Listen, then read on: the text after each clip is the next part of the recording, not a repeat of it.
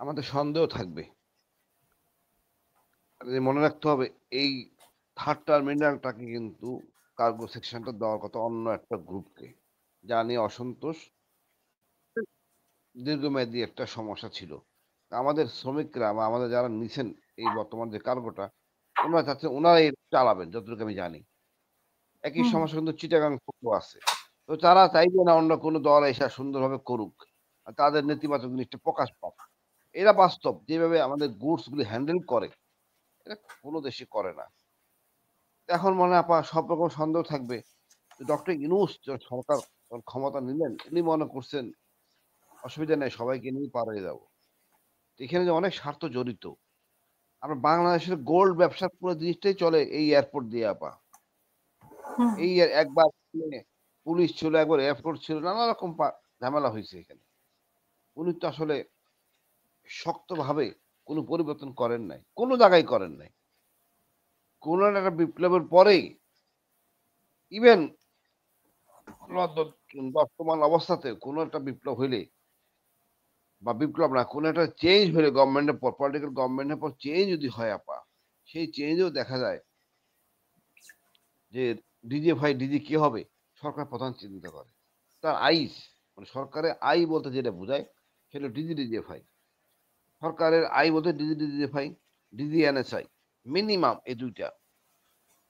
এই সরকারকে তা করছে, করে নাই তো। এই দুজন লোককে চয়েস করছে কে? জেনারেল ওয়াকার।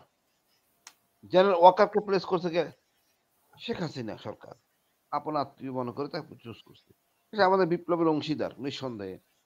কথা হলো আপনার যদি ব্যক্তিগত চয়েস কাজ হবে না, দোষটা আপনার ঘাড়ে চাপবে। আরো অনেক বড় সমস্যা হইতে পারে। অস্বাভাবিক কিছু না। হুম এখন কিভাবে কাজ করবেন করাবেন না এটা আপনার আর্ট। আপনি একজন ডিফেন্স মিনিস্টার নিবেন না, বহুবার বলা হয়েছে ডিফেন্স মিনিস্টার নিবেন না, উনি এদেরকে পাল্টাবেন না। তার কি করার আছে?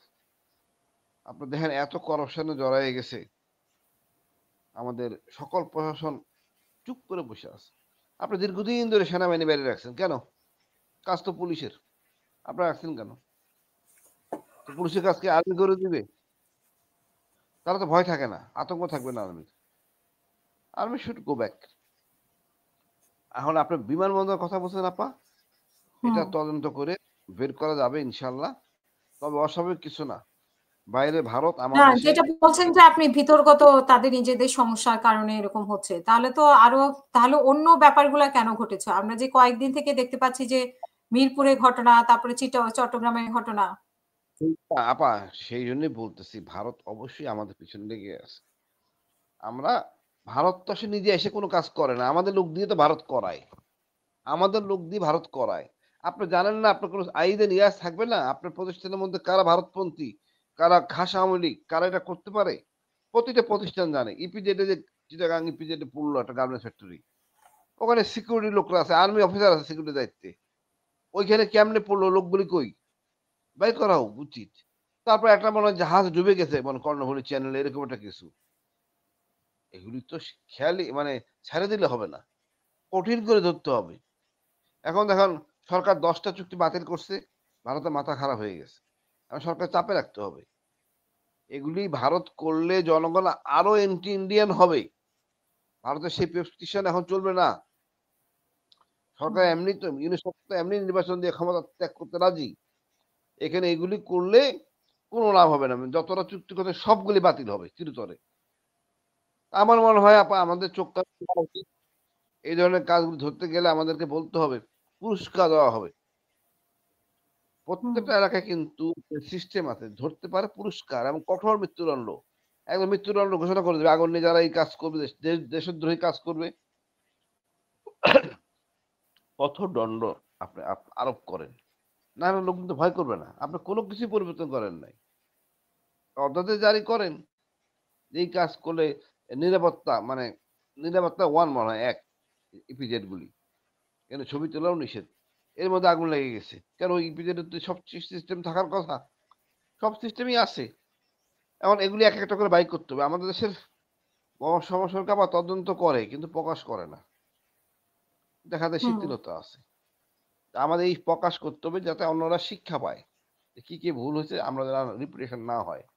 আমি জানি চিটাগাং ইপিজেডে আপা ওখানে ফায়ার সার্ভিস থেকে শুরু করে সবকিছু আছে। এই যে আপনার মনে করেন এয়ারপোর্টে ওখানে ফায়ার সার্ভিস থেকে সবকিছু আছে। বহুবার বলা হয়েছে পানির ট্যাঙ্ক থাকবে, পানির রিজার্ভার থাকবে, যাতে কোনো সমস্যা না না হয়। তাহলে এত সময় গাড়ি লাগলো কেন? এত সময় লাগলো কেন যদি সবকিছুই থাকে? আপা তদন্তটা হোক। তদন্ত যদি তাদেরকে দিয়ে করায় তাহলে বের করতে পারবো না। তদন্ত করতে হবে নিরপেক্ষ লোক দিয়া। আমরা এখানে দেখতে হবে অনেকে ইচ্ছা করে নিজের কোম্পানি নিজে জ্বালায় দেয় অনেকে। সে লস করে গেছে অনেক। নিজের কোম্পানি লাগা জ্বালাইলে অনেক সুবিধাও সে পায়।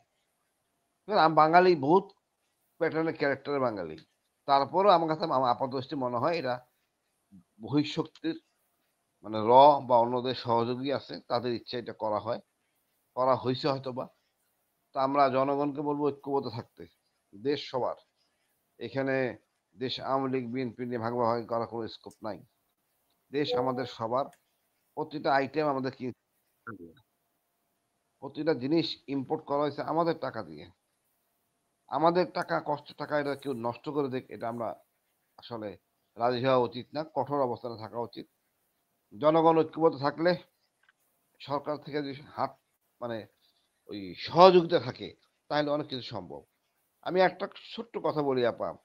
কোন একটা লোক যদি দেখে আমি জিনিসটা দেখছি, বলল, সে হয়ে যায় সাক্ষী। এরপর যে হুম। কি প্যারা দেয় সাক্ষীর উপরে, এরপর ওই শক্তি দিয়ে সাক্ষীর উপরে যে প্যারাটা দেয়, এটা কি কষ্ট? বা আমাদের আদালত এমন একটা মানে উচ্ছৃঙ্খল আদালত আমি বলবো যে ওই সাক্ষীকে এয়ারপোর্ট থেকে নিয়ে যেতে হবে পুরান ঢাকায় সাক্ষীর জন্য। ছুটিও দিতে পারবে না। তো ওই সিস্টেম পুরোটা পরিবর্তন। নাহলে আপনি কিভাবে আমার মামলা আমি সাক্ষী দেখে রাখতে হয় আমার। হাই সাক্ষীর জন্য পলায় না যায়। সবার পক্ষে কি সম্ভব? সম্ভব না। তো আমাদের বিচার ব্যবস্থায় অনেক সমস্যা আছে আপা। সকল কিছুই পরিষ্কার করা উচিত ছিল। এই আমরা আশা ছিল, আশাবাদ ছিলাম। আসলে হয় নাই। এই জুলাই সনদে ওটা আমরা পূর্ণ পূর্ণতা পাই নাই। আমরা হতাশ তারপরও আশাবাদী।